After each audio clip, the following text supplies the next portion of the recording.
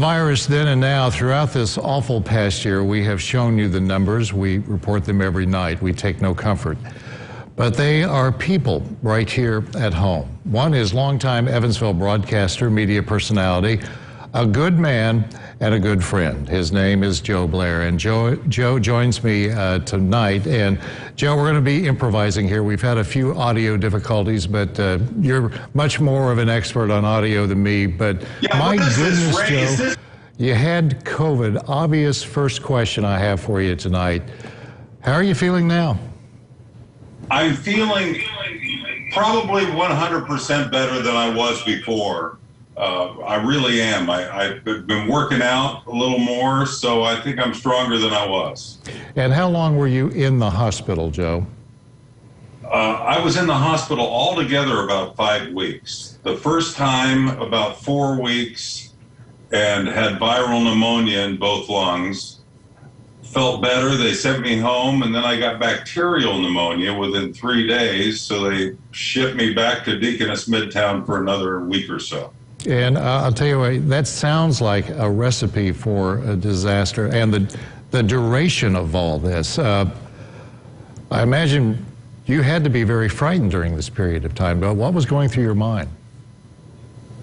Well, I really didn't know what to think, because most of the medical professionals didn't know what to think either. It was kind of a learning process for everybody.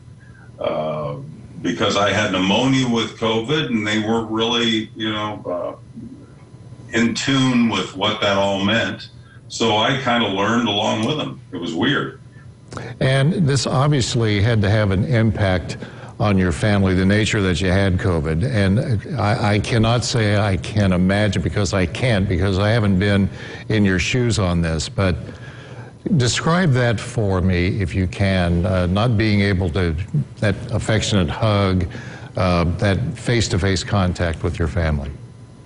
Right. I didn't get to see Lori, my wife, for the whole 4.5 weeks that I was initially in the hospital. And she really was getting things secondhand from doctors, from me. I could barely talk because I had COVID pneumonia. And it was tough for her. She didn't really know what was going on. So I felt for her and my girls, because they were, devastated because Daddy was in the hospital. And we spent our 20th anniversary, Lori and I, apart. It was on October 15th was our anniversary. And that was about a week after I started in the hospital. So it was just kind of an unraveling of the whole family unit. It was weird. And Joe, we just saw some video of that unforgettable scene of you out there on the sidewalk with the parade going by. What did that mean to you? Oh, that was so sweet.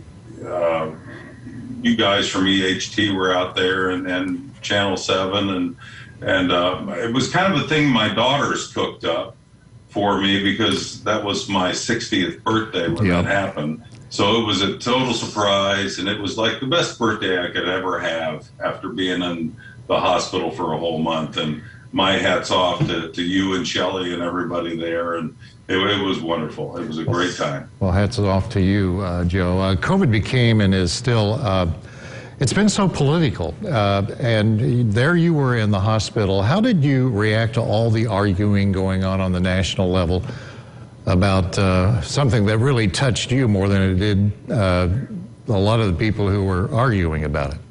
You know what, buddy? I watched ABC, ESPN. There you go.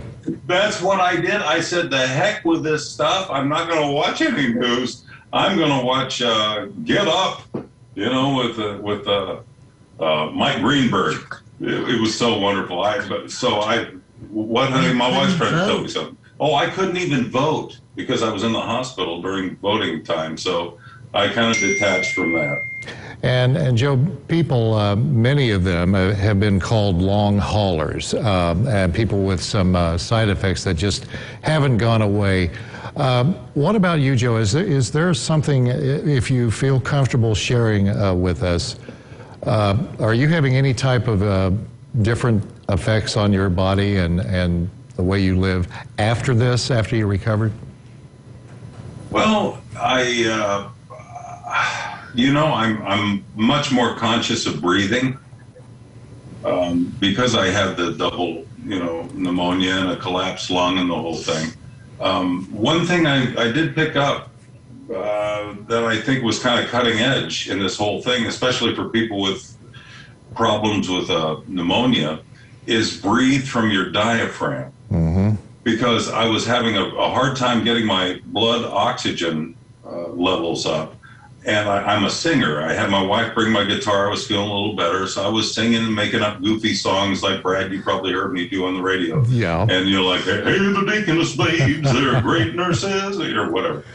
And they would look at the blood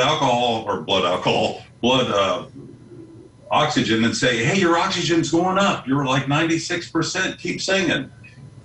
About 3 weeks into my stay at the hospital, one of the techs said, breathe from your diaphragm, it works better. And that's what they teach you when you sing in choir, is to breathe from the diaphragm. So if you have a problem with your lungs, breathe from the bottom of your stomach, from your diaphragm. Take deep breaths through your nose and concentrate on breathing low, because it really helps. That's right. I was a lot better after that. It's kind of like giving your lungs a good exercise, and that's from what the experts are saying, that's a good way to at least fight this insidious virus.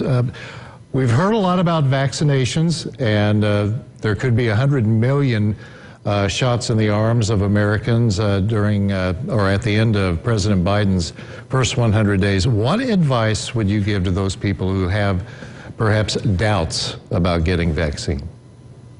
Well, I've become kind of in tune to the medical community because of all this. I'm really listening, and I've talked to a lot of doctors since I've been sick, and they all say, hey, get vaccinated. It can't hurt you. It can only help you. It can only help you with your, antibodies and whatnot. So get that shot. Keep wearing your mask.